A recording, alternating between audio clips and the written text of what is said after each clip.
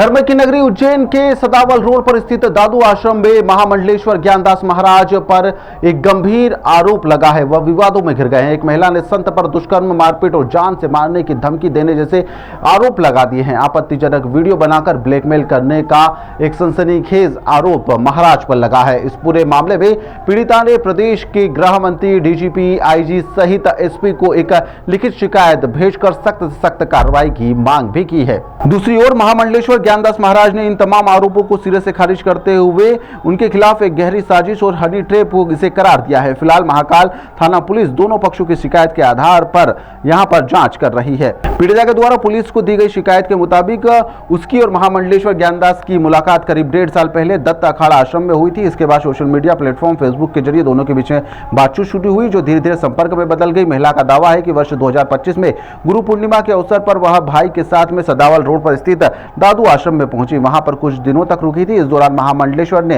एकांत का फायदा उठाकर उसके साथ में दुष्कर्म को अंजाम दे दिया, जिसके बाद जब महिला ने विरोध करा तो उसके साथ में मारपीट और जान से मारने की धमकी दी गई। वीडियो वायरल करने को लेकर लगातार ब्लैकमेल भी किया जा रहा है। समाचार के माध्यम से सुबह मॉर्निंग में जब पता चला कि महिला ने मेरे ऊपर आरोप लगाया है, तो उसमें मैं इतना ही कहना चाहूँगा कि ये पूरा मामला ब्लैकमेलिंग और हनी ट्रैप का है, जो कि मैंने पूर्व में महाकाल थाने में आवेदन दे दिया है और पुलिस इसकी निष्पक्षता के साथ जांच कर रही है। और पुलिस की जांच पर मुझे पूर्ण भरोसा है कि वो निष्पक्ष जांच होगी और निष्कर्ष तक जो है बात पहुंचेगी और दूध का दूध, पानी का पानी होगा। ये महिला कब से जुड़ी थी आपसे, क्या कुछ? 2025 का जब कुंभ मेला था, उस समय उसने काफ़ी मैसेज मेरे को किए थे, कहाँ आपका कैंप लगा है और आप कहाँ मिलेंगे, कैसे मिलेंगे। तो मैंने कहा मैं उज्जैन आऊँगा तब मिलूँगा। उज्जैन आने के बाद कई बार उसने मिलने की कोशिश करी, बात करी। तो फिर मैंने बहुत सारे मैसेज करे, तो मैंने कहा कि आश्रम का मैंने एड्रेस बता दिया था। तो मनीष नाम का लड़का और दोनों जो है यहाँ आश्रम पर आए थे और मेरे को हिंदुत्व की बात करने लगे कि हम बहुत बड़े धार्मिक कार्यक्रम करते हैं और हिंदुत्व की बात, हिंदुत्व का काम करते हैं और गौशाला की गायों का भी हम काम करते हैं, गौ सेवा भी करते हैं। तो मैंने सोचा कि बड़ी अच्छी बात है, तो हिंदुत्व के काम करने वाले लोग मिलते ही नहीं हैं। इस प्रकार की बातें करी तो मैं थोड़ा उनके ऊपर प्रभावित हुआ। धीरे धीरे उनका आना जाना हुआ, कुछ पैसे उन्होंने उधार लिए। फिर मैंने कहा कि मेरे पैसे लौटाओ, तो उन्होंने इस प्रकार की बात करने लगे, आपको ब्लैकमेलिंग में फंसा देंगे, हनी ट्रैप में जो है आप पैसा दो, नहीं तो आपके ऊपर रेप का केस लगा देंगे। आप जो है पूर्ण रूप से हमको 25 लाख रुपए नगद दे दो, आश्रम दे दो, 50 लाख का मकान दे दो।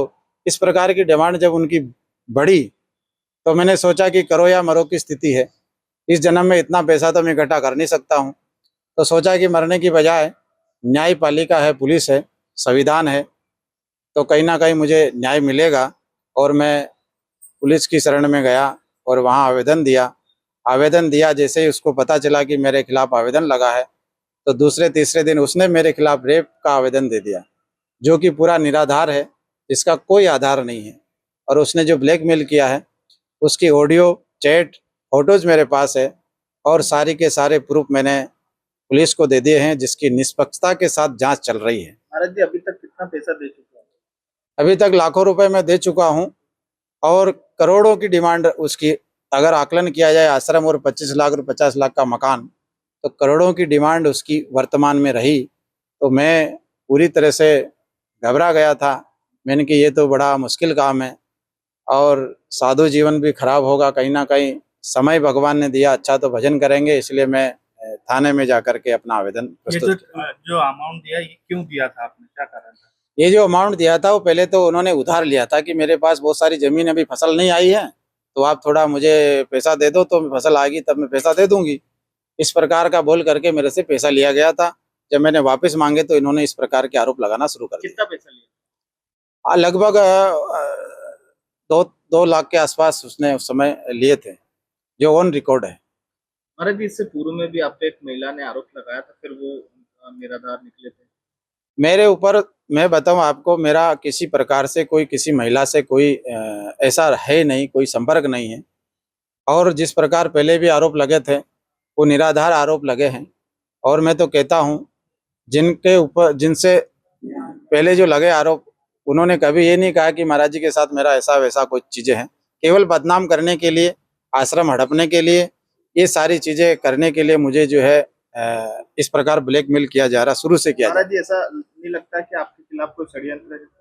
मैं तो मानता हूं ना इस बात को तो कि षड्यंत्र तो है ही, हो सकता है अगर जांच की जाए तो कहीं ना कहीं और भी ये गिरोह की तरह काम कर रहे हैं लोग, जो कहीं ना कहीं इसमें और भी शामिल होंगे, जो कि जांच में जो अगर जांच व्यवस्थित होगी तो कहीं ना कहीं और भी नाम सामने आएंगे।